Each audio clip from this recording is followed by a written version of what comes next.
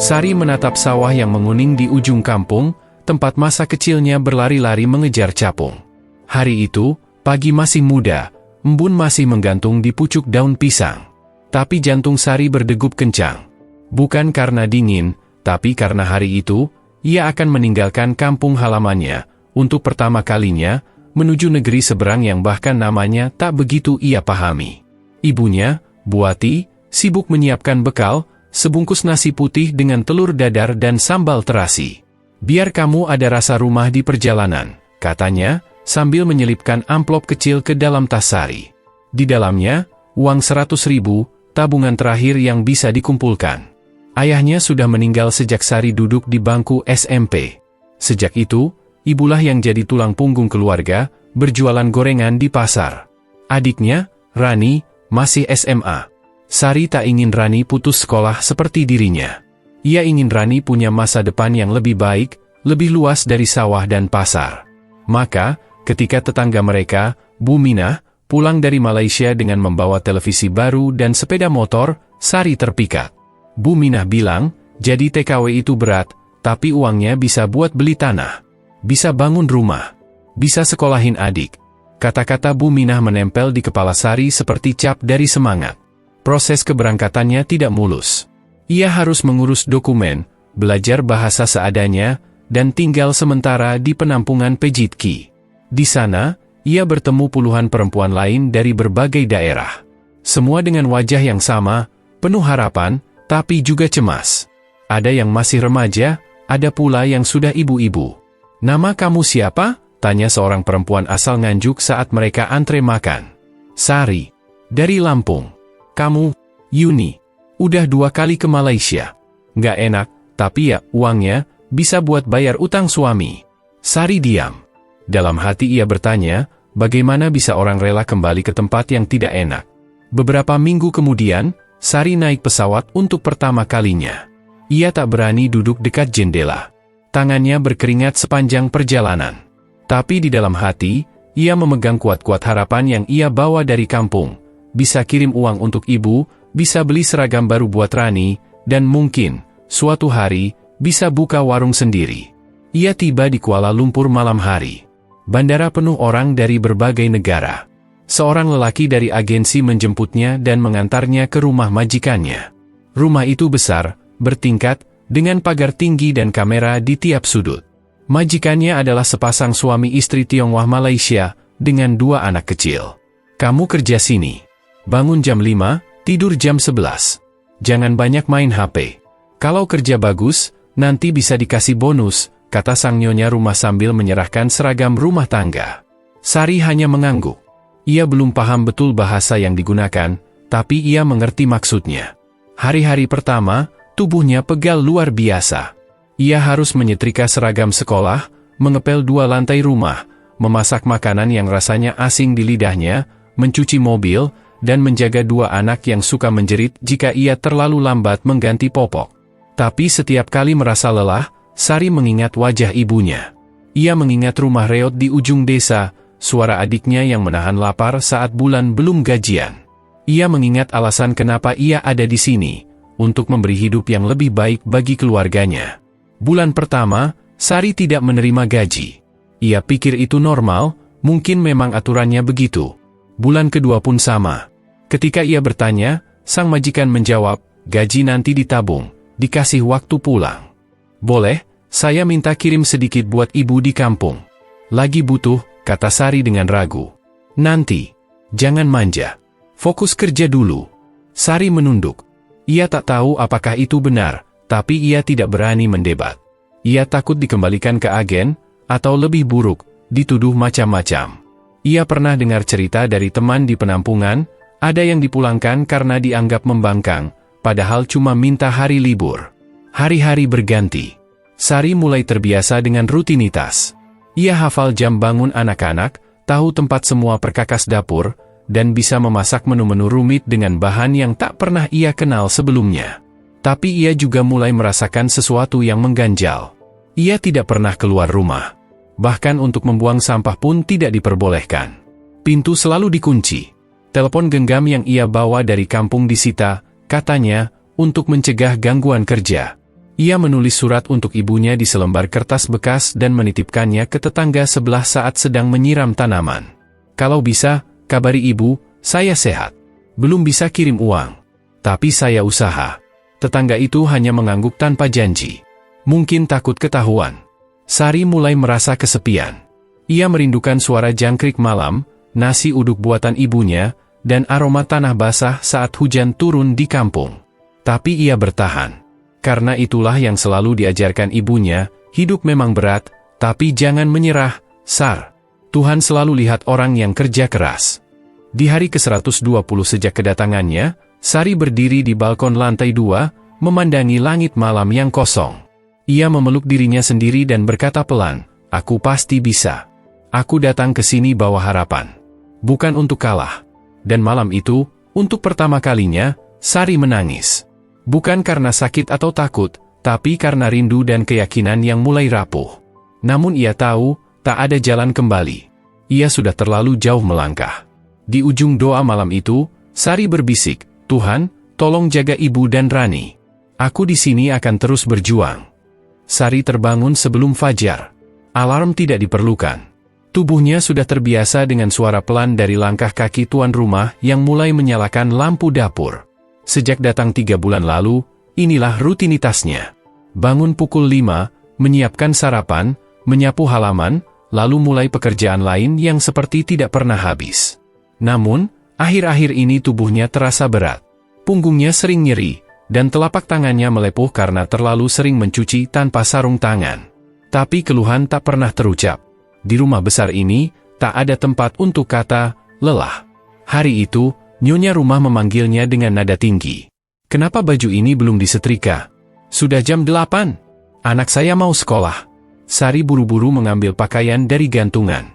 Ia baru sempat memegang setrika ketika satu anak menangis karena rewel, dan yang satu lagi menumpahkan susu di karpet. Semua terjadi bersamaan. Ia tak sempat menjelaskan. Tangannya gemetar saat mengambil setrika yang belum panas sempurna. "Kalau kerja lambat begini, tak usah mimpi minta gaji," bentak majikannya. Kalimat itu menggantung lama di kepala Sari. Ia masih belum menerima gaji sepeser pun. Katanya ditabung. Tapi sudah 3 bulan berlalu. Ketika ia coba bertanya kembali, sang majikan mengalihkan topik. "Kami bayar uang makan kamu. Kami kasih tempat tinggal. Itu juga sudah banyak. Jangan hitung-hitungan." Sari hanya bisa mengangguk.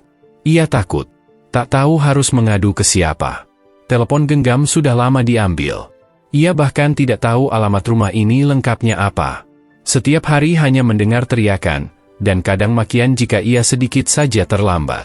Tugasnya kini bukan hanya urusan rumah, tapi juga mencuci mobil, memandikan anjing peliharaan, bahkan mencabut rumput di taman belakang. Hari libur tidak pernah ada. Satu-satunya waktu ia bisa duduk sebentar hanyalah saat makan siang, itu pun kadang terpotong jika ada anak yang menangis. Makanan yang ia makan pun sisa. Nasi dingin, lauk seadanya. Kadang hanya mie instan yang ia masak sendiri. "Biar kamu tahu rasa jadi pembantu. Jangan manja," kata nyonya rumah suatu hari saat ia tidak sengaja menjatuhkan gelas. Gelas itu pecah di lantai. Pecahannya mengenai kaki Sari, menggores panjang. Ia tak sempat mengobati. Hanya dibalut kain bekas yang ia potong dari kaos lama. Setiap malam, sebelum tidur, Sari mengusap luka-luka kecil di tubuhnya. Tapi luka paling besar tidak terlihat. Luka karena rindu. Karena harapan yang pelan-pelan hilang. Karena merasa seperti mesin yang tidak punya suara. Ia teringat pesan ibunya, "Kalau ada masalah, cari jalan keluar baik-baik. Jangan cepat menyerah." Tapi bagaimana jika semua jalan ditutup? Telepon tidak ada. Pintu rumah selalu dikunci. Ia bahkan tidak tahu apakah agensi tempat ia dikirim masih beroperasi. Di minggu keempat bulan keempat, anak bungsu majikannya jatuh dari tempat tidur. Bukan karena kelalaian Sari, tapi karena si anak memanjat sendiri saat ia sedang memasak. Tapi tetap saja, yang disalahkan adalah dia. "Kalau kamu yang jaga dengan benar, ini tidak akan terjadi." Sari hanya bisa menunduk. Malam itu ia dihukum. Tidak diberi makan. Tidur di lantai dapur tanpa alas. Ia menggigil kedinginan. Matanya tak bisa terpejam. Pikirannya penuh tanya, benarkah ini jalan yang Tuhan pilihkan untuknya? Ia mulai mencoret-coret tanggal di belakang kalender dapur. Satu persatu.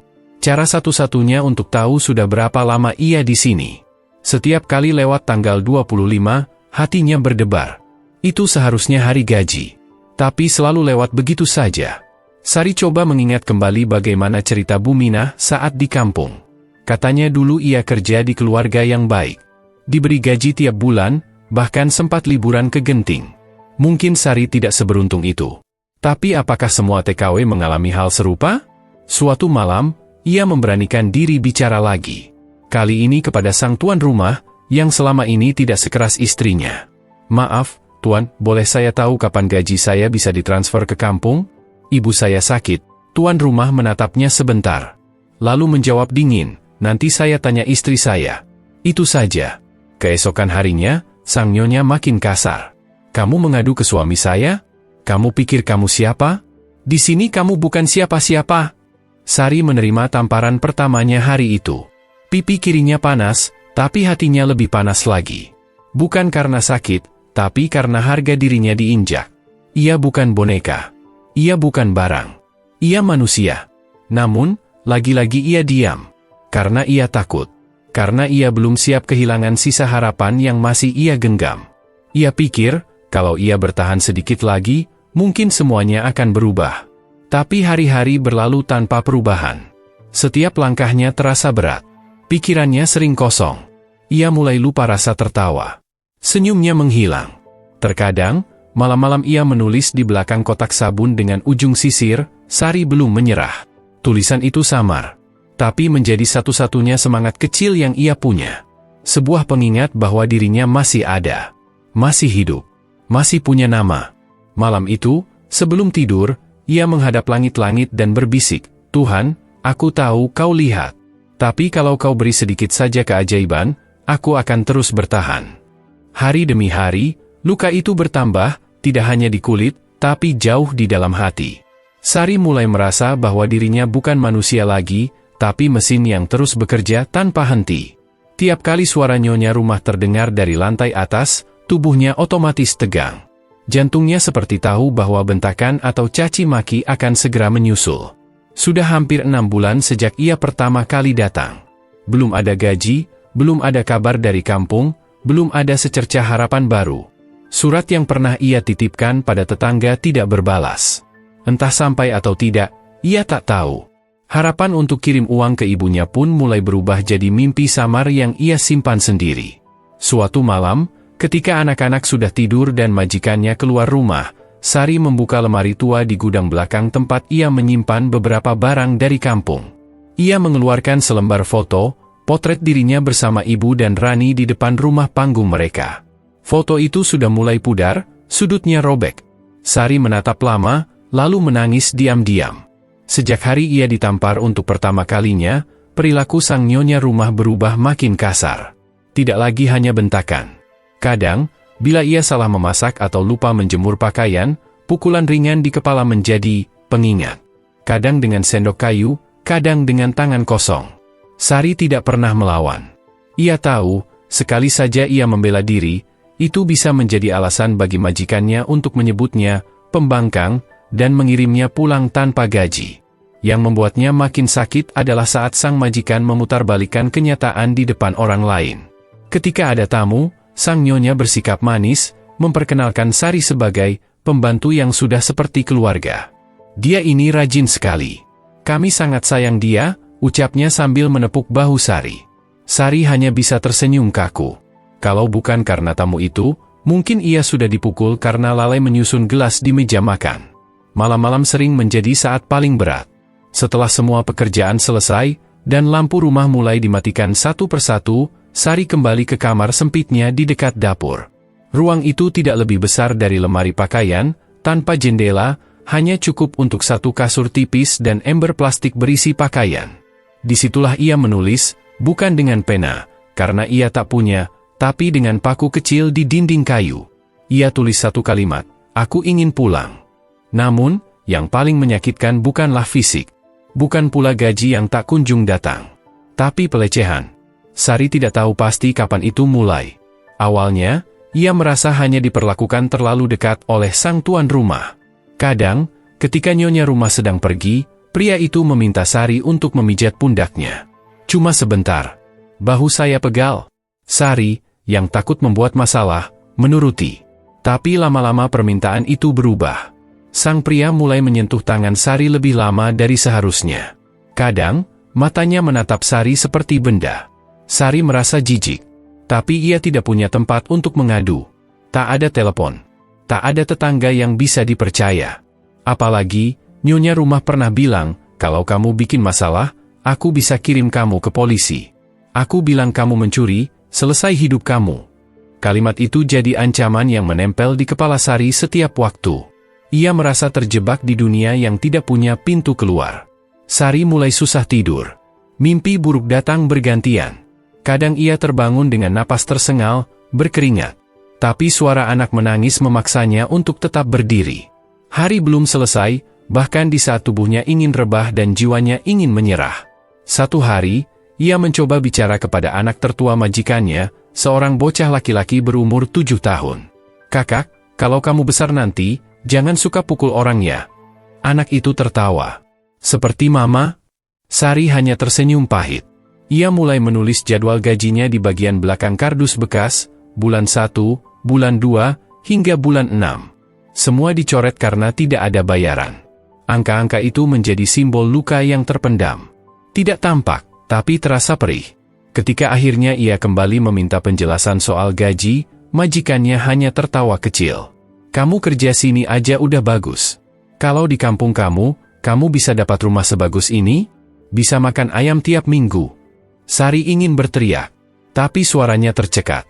Ia ingin bilang, "Saya datang ke sini bukan untuk dimakan martabatnya." Tapi kata-kata itu hanya sampai di ujung bibir. Di malam sunyi itu, Sari memutuskan sesuatu. Ia tidak tahu kapan akan berakhir. Tapi ia mulai tahu, diam tidak akan menyelamatkannya. Ia mulai mencatat semua kejadian buruk. Di balik kalender, di balik kantong kecil di dalam bantalnya.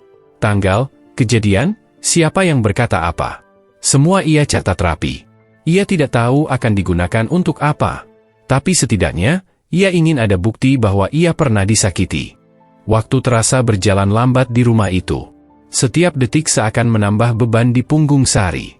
Luka-luka kecil yang dulu terasa sepele kini tak lagi sembuh. Ada bekas biru di lengan, goresan di punggung tangan, dan benjolan kecil di pelipis yang ia tutupi dengan rambut. Sudah 9 bulan sejak kedatangannya ke Malaysia. 1 tahun tinggal di rumah besar yang tak pernah terasa seperti rumah. Gaji tak kunjung datang, bahkan sekadar janji pun sudah tidak disebut lagi oleh majikannya. Sari sudah berhenti bertanya. Bukan karena pasrah, tapi karena lelah mendengar jawaban yang sama, nanti. Kata itu kini terasa seperti racun yang perlahan membunuh semangat. Hari itu hujan turun deras. Di luar, angin bertiup kencang. Tapi di dalam rumah, suasana tak kalah dingin. Nyonyanya baru saja memarahi Sari karena lantai sedikit licin. Sari sudah mengepel 3 kali, tapi jejak sepatu basah anak-anak membuatnya kembali kotor. "Kalau kamu tak becus kerja, keluar saja dari rumah ini. Tapi ingat, tak akan kuberi sepeser pun gaji." Sari tak menjawab. Ia hanya berdiri kaku. Pandangannya kosong, tubuhnya gemetar. Kalimat itu terdengar seperti cambuk yang menghempas wajahnya. Ia tahu itu ancaman, dan lebih dari itu, penghinaan. Malamnya, Sari kembali ke kamarnya. Ia duduk di lantai, memeluk lutut, dan menangis dalam diam. Tak ada yang bisa dia ajak bicara. Tak ada pelukan, tak ada tangan yang menenangkan. Beberapa hari setelahnya, ia mengalami demam. Tubuhnya menggigil, keringat dingin keluar dari leher dan punggung. Tapi ia tetap dipaksa bekerja. Majikannya bilang, "Itu cuma alasanmu saja. Jangan cari perhatian." Sari memasak sambil menahan mual. Ia menyapu lantai sambil sesekali berhenti untuk mengatur napas. Tapi tidak ada belas kasihan. Ia harus menyelesaikan semuanya seperti biasa. Ketika malam datang dan tugasnya selesai, ia jatuh di atas kasur tipis. Tubuhnya panas. Kepalanya berat. Tapi tak ada obat. Ia hanya minum air putih dari keran dapur dan berharap bisa tidur lebih cepat. Keesokan paginya, ia tidak kuat bangun. Tapi suara nyonya rumah membentak dari luar pintu, "Sari, kamu pikir ini hotel? Bangun sekarang juga atau saya telepon agen." Sari memaksakan diri berdiri. Kakinya lemas. Ia berjalan ke dapur sambil berpegangan ke dinding. Tapi tangannya gemetar, dan panci yang ia pegang terjatuh. Suaranya keras, membuat nyonya rumah langsung datang dan memarahinya. "Lihat apa yang kamu lakukan. Kamu benar-benar tidak tahu diri." Tangan nyonya rumah terangkat dan menampar wajah Sari 2 kali. Kali ini lebih keras dari sebelumnya. Bibir Sari pecah, dan darah menetes ke lantai. Tidak ada permintaan maaf. Tidak ada penyesalan. Hari itu, untuk pertama kalinya, Sari tidak bisa menahan air mata di depan majikannya. Ia berdiri mematung, darah di bibirnya belum kering, tapi air matanya jatuh satu-satu. "Aku manusia, Bu," ucapnya lirih. Nyonya rumah hanya tertawa sinis. "Kalau kamu manusia, buktikan dengan kerja yang layak. Jangan lemah." Sari masuk ke kamarnya, tidak makan malam. Ia hanya menatap langit-langit kamar sempitnya. Kata-kata majikannya terus berputar di kepalanya. "Aku manusia." Ia ulang kalimat itu dalam hati, tapi tidak merasa seperti itu lagi. Ia merasa seperti bayangan, seperti sosok tanpa suara dan tanpa nama. Hari-hari setelahnya, tubuh Sari mulai sering gemetar tanpa sebab. Kadang ia kehilangan keseimbangan saat membawa ember cucian. Kadang ia lupa apakah sudah menanak nasi atau belum. Ia mulai takut pada dirinya sendiri. Takut kehilangan akal.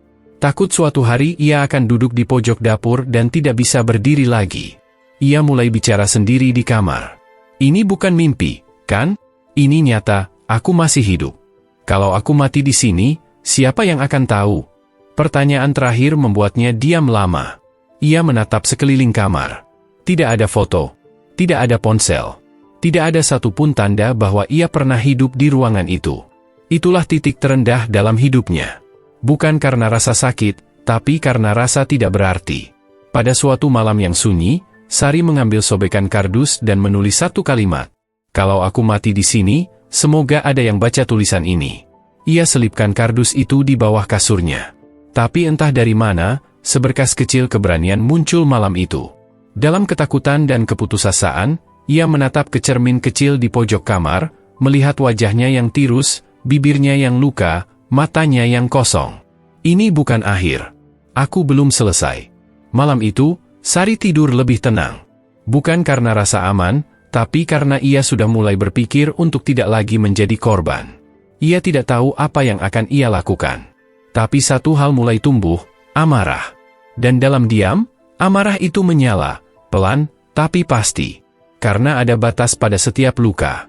Dan Sari sudah terlalu lama diam. Tidak ada ledakan besar dalam hidup Sari. Semua terjadi perlahan. Seperti bara yang dikumpulkan satu-satu di dalam hati. Dulu ia sabar. Dulu ia masih berharap. Tapi kini, satu-satunya yang tersisa hanyalah amarah. Amarah karena harga dirinya diinjak setiap hari. Amarah karena ibunya di kampung tak tahu bahwa anaknya sedang disiksa. Amarah karena Rani, adik yang ingin ia bahagiakan, tidak menerima 1 rupiah pun dari jerih payahnya. Sudah hampir 1 tahun Sari berada di rumah itu. Ia tak tahu lagi berapa kali dipukul, disumpahi, atau diperlakukan seperti barang rusak. Luka di tubuhnya membekas, tapi yang lebih parah adalah luka yang tak tampak. Dan dari luka itulah, muncul tekad. Hari itu, semua berawal dari insiden sederhana. Anak majikannya menumpahkan jus di karpet putih ruang tamu.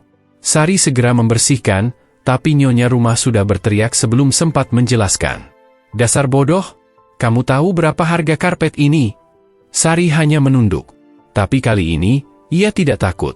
Ia diam karena dalam kepalanya sudah mulai muncul rencana. Rencana yang tak masuk akal, tapi baginya terasa satu-satunya jalan. Malam itu, di kamar kecilnya, ia duduk sambil memandangi korek api yang ia temukan di laci dapur beberapa hari lalu. Korek itu milik tuan rumah, biasa digunakan untuk menyalakan lilin aromaterapi. Tapi di tangan Sari, benda itu bukan sekadar pemantik. Itu adalah simbol kemungkinan. Simbol kendali yang selama ini hilang darinya. Ia tidak langsung berpikir untuk membakar rumah. Tidak, itu datang perlahan. Mulanya hanya keinginan untuk bebas. Untuk keluar dari rumah itu. Tapi lalu ia sadar, jika ia pergi diam-diam, ia akan tetap dianggap tak berguna. Jika ia kabur, ia akan ditangkap. Kalaupun selamat, gajinya tetap hilang, harga dirinya tetap hancur. Sari tidak mau lagi jadi korban yang berjalan diam-diam. Jika harus pergi, ia ingin meninggalkan jejak. Hari-hari berikutnya, majikannya makin menjadi. Nyonya rumah mulai menyiram air ke wajah Sari jika ia lambat menjawab. Tuan rumah makin sering menyentuh tubuhnya dengan alasan sepele. Sari merasa dirinya bukan hanya tidak dihargai, tapi tidak dianggap manusia. Ia tidak tidur malam itu. Ia duduk di lantai, menatap dinding. Dalam pikirannya, ia menyusun detil demi detil. Di mana titik lemah rumah itu? Kapan waktu terbaik? Di mana menyembunyikan korek? Dan yang paling penting, bagaimana caranya agar tidak ada anak-anak di rumah saat itu? Karena sekejam apapun hidup memperlakukannya, ia tidak mau melibatkan yang tak bersalah.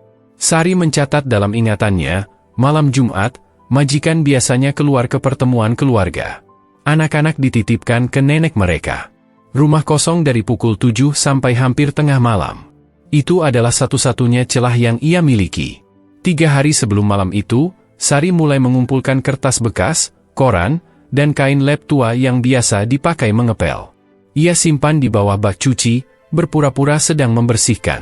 2 hari sebelum malam itu, ia menghafal letak kompor gas, botol tiner, dan jalur pintu belakang.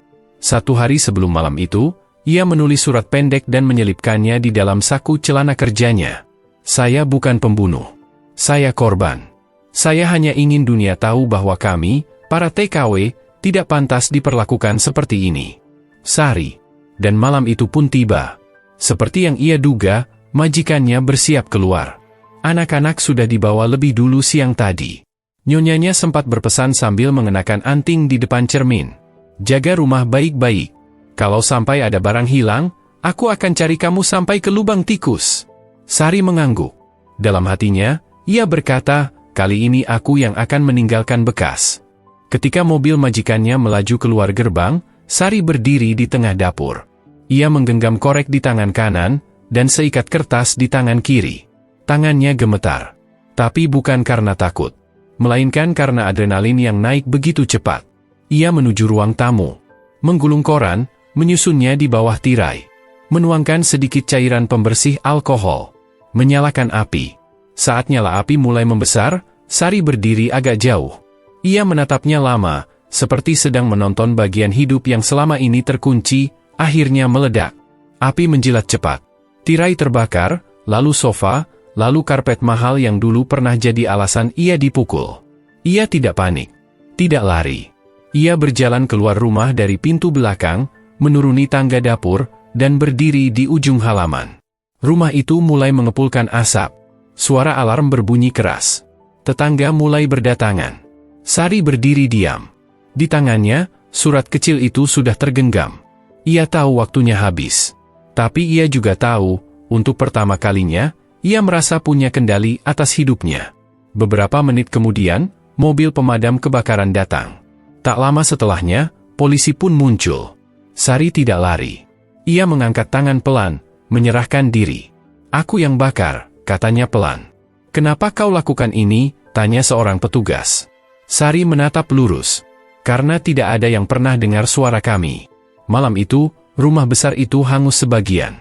Tapi lebih dari sekadar rumah yang terbakar, adalah kisah diam yang akhirnya meledak. Kisah tentang Sari, TKW yang memilih untuk tidak lagi diam, meski dengan cara yang tak biasa. Dan dari bara api itu, dunia mulai menoleh. Malam itu, langit Malaysia kelam. Asap tipis masih mengepul dari puing-puing rumah 2 lantai yang sebagian hangus. Sirene sudah berhenti. Petugas pemadam telah memadamkan api. Tapi di dalam kepala Sari, suara gemuruh itu belum juga reda. Ia duduk di kursi belakang mobil polisi. Tangan terborgol. Wajahnya penuh jelaga, tapi tenang. Untuk pertama kalinya dalam hidupnya selama menjadi TKW, ia tidak merasa takut. Bahkan ketika mobil melaju menuju kantor polisi, Sari hanya menatap keluar jendela, seperti ingin mengingat dunia luar yang selama ini tak bisa ia jamah. Di kantor polisi, ia diinterogasi. Mengapa kamu bakar rumah majikanmu? Sari menatap petugas itu dengan mata sayu tapi tegas. Saya tidak dibayar. 5 tahun saya kerja, tidak pernah digaji.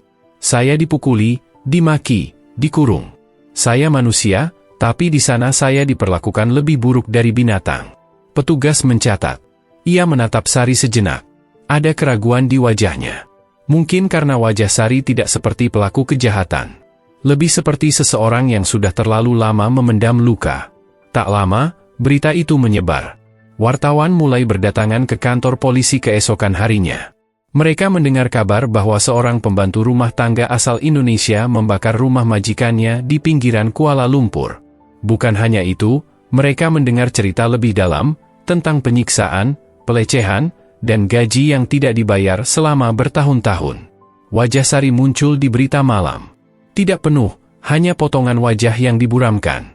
Tapi ceritanya jelas. Ia menjadi sorotan. Lembaga swadaya masyarakat yang bergerak di bidang hak pekerja migran mulai turun tangan. Salah satunya, Migrant Voice, mengirim pengacara untuk mendampingi Sari. Namanya Tan Mei Ling, perempuan paruh baya yang sejak awal memeluk Sari seperti anak sendiri. Sari, apa yang kamu alami bukan hanya salah, tapi kejahatan. Mereka yang seharusnya diselidiki, bukan kamu, kata Tan Mei Ling saat pertama kali bertemu. Sari tak bisa menjawab. Ia hanya menangis. Tangis yang pelan, tapi dalam. Tangis karena akhirnya, ada yang percaya. Dalam tahanan, Sari diberi ruangan sendiri. Ia tidak dianggap tahanan berbahaya. Polisi pun bersikap lebih lembut setelah tahu latar belakang kasusnya. Beberapa bahkan mulai meragukan kredibilitas sang majikan, apalagi ketika diketahui bahwa rumah itu tidak punya sistem kontrak kerja legal. Sari hanya dikirim oleh agen tanpa surat resmi. Dari balik jeruji, Sari menulis surat untuk ibunya. Kali ini, benar-benar bisa dikirim. Ia dititipi kertas oleh pengacara, dan menulis dengan pena pinjaman. Ibu, maaf karena baru kabar sekarang. Saya dipenjara, tapi bukan karena mencuri atau membunuh. Saya hanya lelah diperlakukan seperti budak. Saya sayang ibu dan Rani. Doakan saya kuat.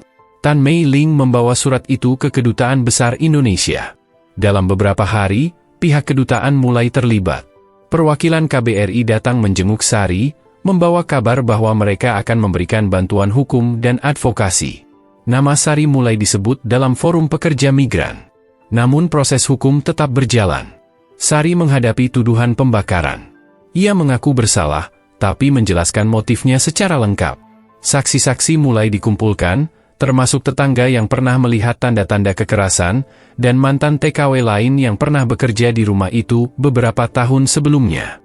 Fakta demi fakta terungkap, majikan Sari ternyata bukan hanya menahan gaji. Mereka juga melanggar banyak hukum ketenagakerjaan Malaysia.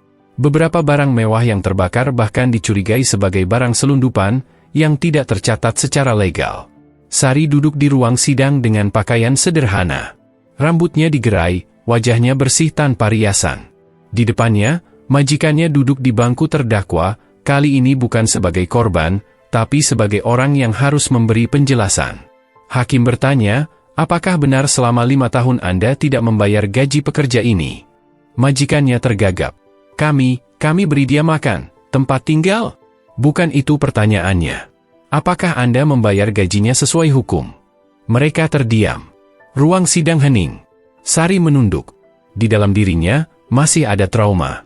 Tapi ia tahu, malam ketika ia membakar rumah itu bukan semata karena dendam, tapi karena dorongan untuk mengakhiri siklus ketidakadilan.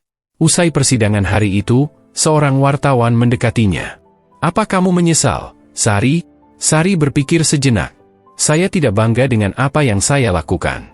Tapi saya juga tidak bisa diam ketika hidup saya dirampas. Kalau saya tidak berbuat apa-apa malam itu, mungkin saya sudah mati pelan-pelan. Dan malam itu, di tahanan yang dingin, Sari memeluk dirinya sendiri. Ia tahu masih panjang jalan yang harus ia tempuh. Tapi satu hal pasti, dunia akhirnya mendengar. Suaranya tak lagi dibungkam. Ia bukan lagi hanya pembantu. Ia adalah saksi, korban, pejuang. Malam itu bukan hanya malam penghakiman, tapi malam ketika keadilan mulai bergeser mendekatinya. Setelah api padam dan debu mulai turun, cerita Sari justru mulai membakar perhatian banyak pihak. Berita tentang pembantu asal Indonesia yang membakar rumah majikannya menjadi headline di koran-koran Malaysia dan Indonesia. Sebagian orang menyebutnya nekat, sebagian lagi menyebutnya berani. Tapi tidak sedikit yang akhirnya bertanya, apa yang sebenarnya terjadi selama 5 tahun itu? Organisasi-organisasi buruh migran mulai bersuara lantang. Mereka mengangkat kasus Sari sebagai simbol kegagalan sistem perlindungan terhadap tenaga kerja wanita. Dalam beberapa minggu, kasus Sari menjadi bahan diskusi di Parlemen Malaysia dan menjadi perhatian besar dari Kedutaan Besar Indonesia. Banyak pihak terkejut ketika mengetahui bahwa selama 5 tahun bekerja, Sari tidak pernah mendapat gaji sepeser pun. Majikannya sempat membela diri, mengatakan bahwa Sari mendapat tempat tinggal dan makan yang layak. Tapi saksi-saksi, termasuk tetangga dan mantan pekerja rumah tangga mereka yang sebelumnya kabur, mengatakan hal sebaliknya. Mereka menyebut rumah itu seperti penjara, tempat perempuan muda dikekang, dipekerjakan tanpa henti, dan dipaksa diam jika ingin tetap selamat. Pengacara Sari, Tan Mei Ling, bekerja siang malam menyusun bukti dan saksi. Dalam beberapa minggu, ia berhasil meyakinkan pengadilan untuk mengurangi dakwaan terhadap Sari, dengan alasan kuat bahwa tindakannya merupakan bentuk pembelaan diri setelah mengalami penyiksaan fisik dan psikologis bertahun-tahun. Pihak kepolisian mulai menyelidiki latar belakang majikan. Mereka menemukan bukti transaksi gelap, termasuk barang-barang ilegal yang ikut terbakar dalam rumah tersebut. Tiba-tiba, kasus ini tidak hanya tentang seorang pembantu yang membakar rumah. Ini menjadi kasus yang lebih besar, menyangkut perdagangan manusia, pelanggaran imigrasi, dan eksploitasi buruh. Sari sendiri masih berada dalam tahanan. Tapi suasana di selnya berubah. Kini ia menerima surat-surat dukungan dari berbagai negara, termasuk dari para mantan TKW yang merasa kisahnya mewakili suara mereka. Dalam diam, Sari mulai mengerti bahwa api yang ia nyalakan bukan hanya menghanguskan rumah, tapi juga membakar sunyi yang selama ini menutupi penderitaan banyak orang. Setelah api padam, suara Sari tak lagi bisa diabaikan. Hari persidangan akhir tiba. Ruang sidang penuh. Wartawan, aktivis, perwakilan kedutaan, dan orang-orang biasa yang tersentuh oleh kisah Sari memenuhi bangku-bangku yang tersedia. Kamera dan mikrofon mengarah ke wajah perempuan yang selama 5 tahun hidup dalam bayang-bayang, kini duduk tenang menanti keputusan. Jaksa membacakan dakwaan, tapi nada suaranya tak lagi keras. Bahkan jaksa pun tak bisa menyangkal bahwa ada ketidakadilan besar dalam kasus ini. Sementara itu, pengacara Sari dengan tegas menyampaikan seluruh bukti kekerasan, penahanan upah, dan eksploitasi yang dialami kliennya.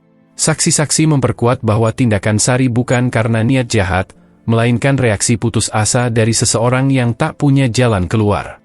Puncaknya adalah ketika kepolisian mengungkap hasil penyelidikan mereka, majikan Sari ternyata terlibat dalam aktivitas ilegal berupa penyelundupan barang elektronik dan pemalsuan dokumen tenaga kerja.